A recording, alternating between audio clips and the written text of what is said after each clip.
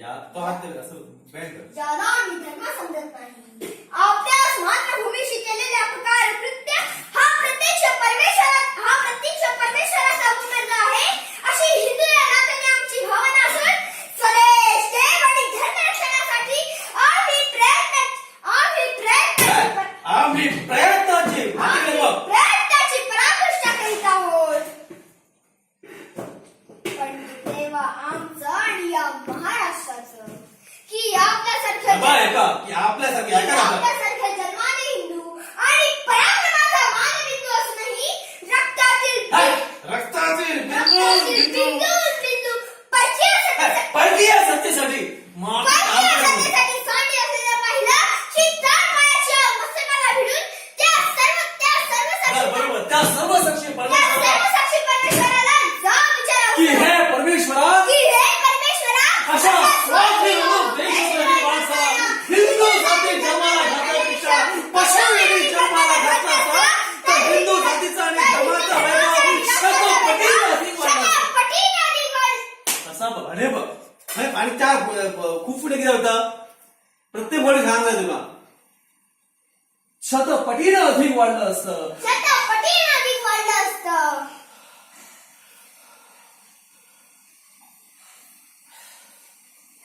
सत्य नेहमी कटू असतं म्हणतात तेच कर.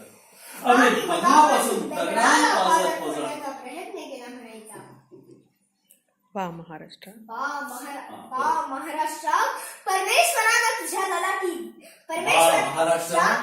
परमेश्वरानं तुझ्या ललाटी जे लिहिलं आहे तेच तुला भोगणं कब प्राप्त आहे.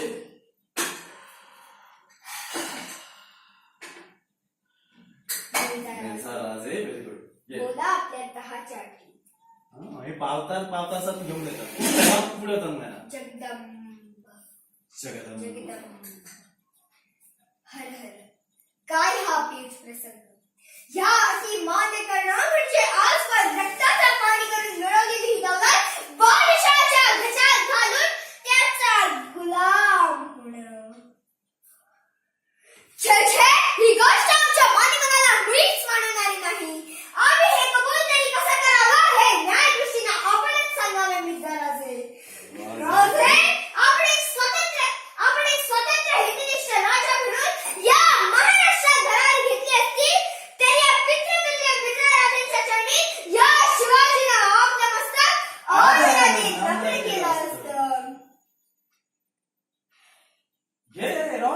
पण दुःखाची गोष्ट आहे की आपल्यासारखं हिंदू जाती जन्म पावलेला थोर पराक्रमी पुरुष पण आदरानं नम्र केलं असतं. पण दुःखाची गोष्ट ही की आपल्यासारखा हिंदू जाती जन्म पावलेला थोर पराक्रमी पुरुष आपल्याच रक्ताच्या भाऊ बनणारा आणि परक्याचे गुलाम होण्यासाठी तह करायला भाग पडित असल्याचे पाहून आमचं हृदय दुःखानं कसं विदीर्ण झालेलं आहे.